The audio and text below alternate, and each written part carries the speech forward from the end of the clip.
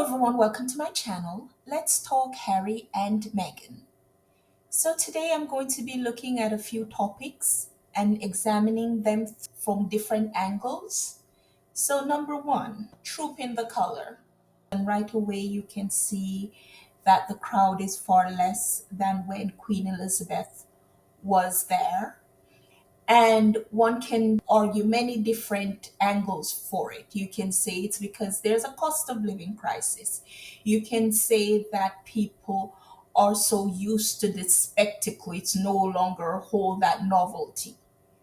But the way I look at it is that at any time, based on what the public is told about what's happening with the king, this could be the last time they see him.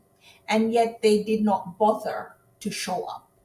What the media has done leading up to this is ask about Harry and Meghan and this tired line because they're obsessed with Harry and Meghan and they so badly want to talk about how Harry and Meghan were snubbed when they can clearly see Harry and Meghan have no interest in going over there. And if you look, you see when Kate was heading in through the door, she went in one direction and William went in the other direction, and there seems to be no synergy between them. So, this shows an institution that is losing its relevance. Which brings me to my second point, the Republic. I look at what the Republic are doing from two angles. One angle is that I love what they're doing, and if they continue on this path, they might get what they want at the end. And then the next angle I look at it from is that people oftentimes they're afraid of change. And when you put a big change like that and they look at it as in terms of all the tradition and all of that, what will be taken away and what is it that is going to be replaced with, the uncertainty of it. And in this time of upheaval, they may be afraid, and they have seen examples of people demanding certain things, and then when they get it, it doesn't turn out quite how they expected.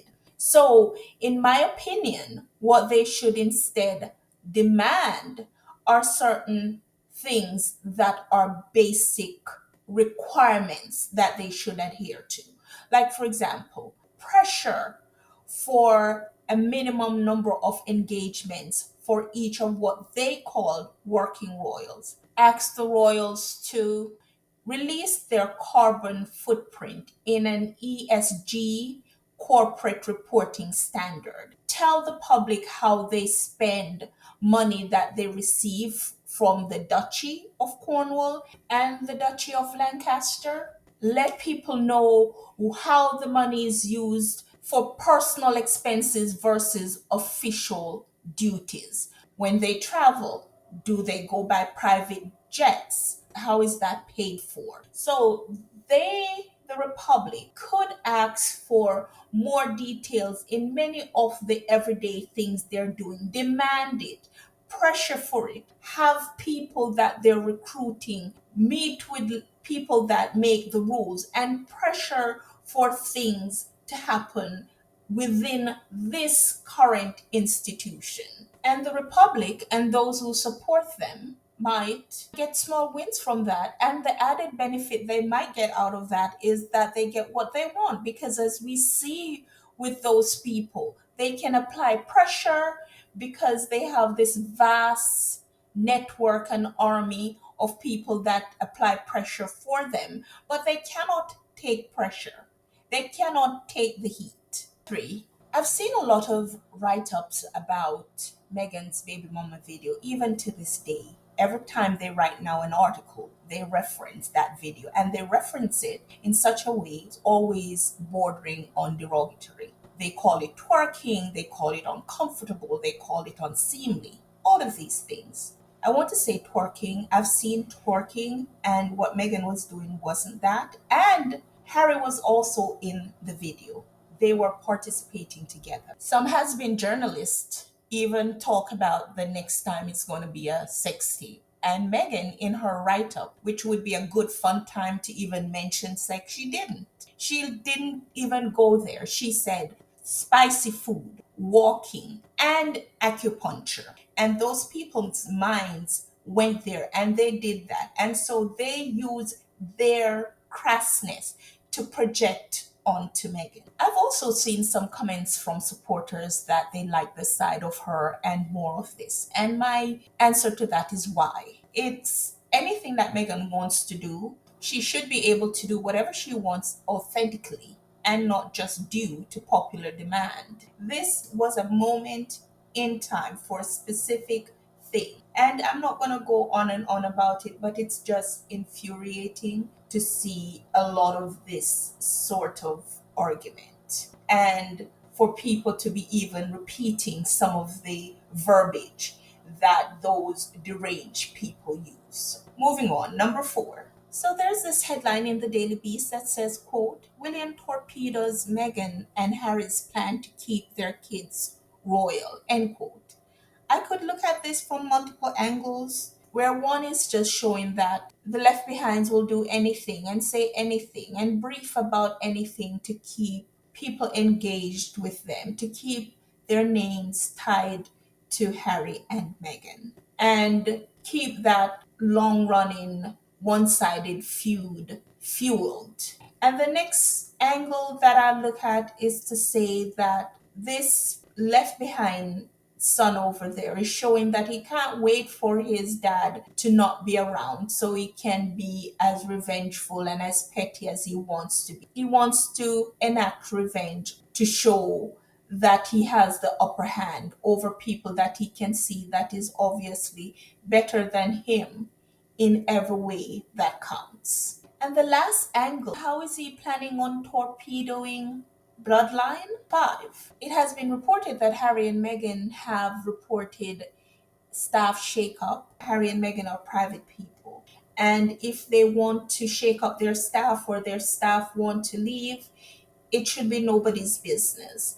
I've never seen where people business is examined on this level. Harry and Meghan are not operating publicly traded enterprises so that these so-called journalists can say they're working on behalf of shareholders. And for reference, the taxpayer funded left behinds, you can barely find anything on staffing. The last thing I found was where they increased staff from 50 to 66 between 2023 and 2024 because of increased responsibility. And anyone can see that based on whatever they're doing for the public, there's no increased responsibility. And nobody is reporting on that. They're focused on private Harry and Meghan, micromanaging them from afar for no reason other than they can get clicks and dates and engagements off of them, while many of them wish that Harry and Meghan would not make a dime. And finally,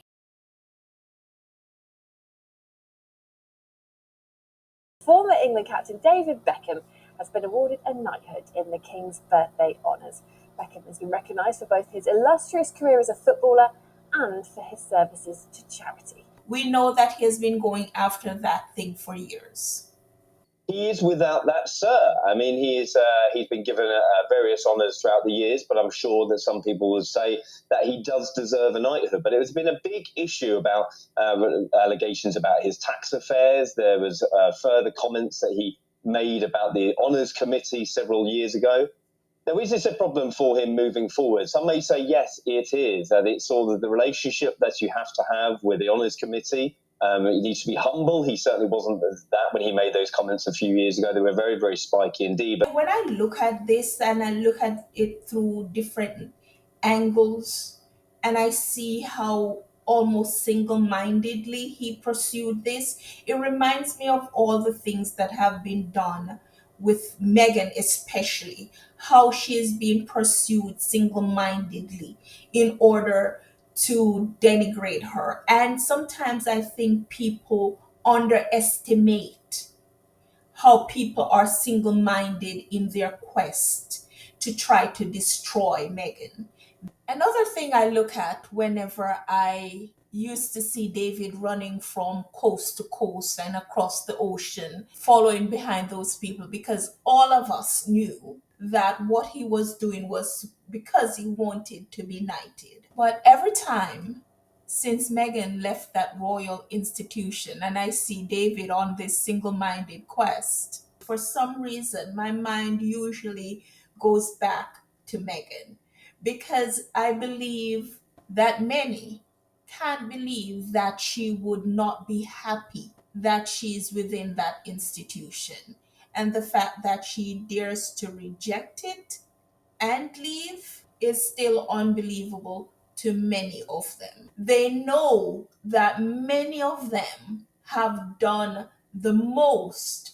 Many people have paid, many people have debased themselves, many people have lied, many people have done so much just to be close to the UK royals. Many people, after they've gotten like an OBE or some order of the crown or however they put it, they have gone out and bent over backwards and forward just to appease them and to be in service of them. And they cannot still to this day imagine that Meghan would say no. This is why they're so frustrated. And I'm also interested to see if every dollar he and Victoria make from now on will be put under a microscope, and if these monies will be attributed to their new titles. Anyway, guys, thank you so much for joining me. If you like my content, please remember to like, comment, and subscribe. And talk to you soon. Bye.